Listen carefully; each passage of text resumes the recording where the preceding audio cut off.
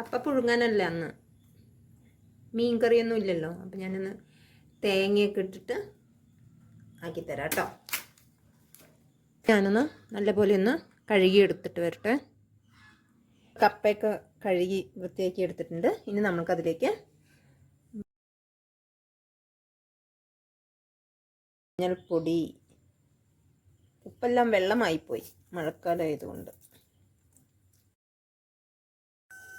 പിന്നെ അതിലേക്ക് വേണ്ടിയിട്ട് കുറച്ച് തേങ്ങ എടുത്തിട്ടുണ്ട്, ഒരു 5-8 വെളുത്തുള്ളി, കറിവേപ്പില എല്ലാം കൂടി ഒന്ന് ചതച്ചെടുക്കാം. നന്നായിട്ട് വെന്തിട്ടുണ്ട്. ഇനി നമുക്കതൊന്ന് കടുക് വറുത്തെടുക്കാം.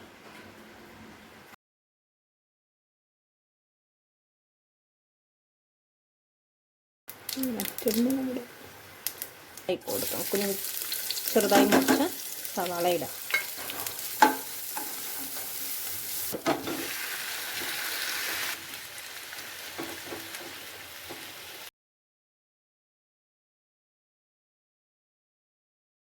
നമുക്ക് കഞ്ഞിയും കപ്പയും, ചൂട് കഞ്ഞിയും കപ്പയും കഴിച്ചാലോ?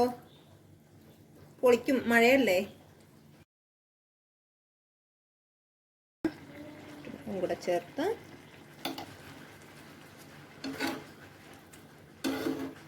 നല്ലപോലെ ഒന്ന് തിളക്കട്ടെ.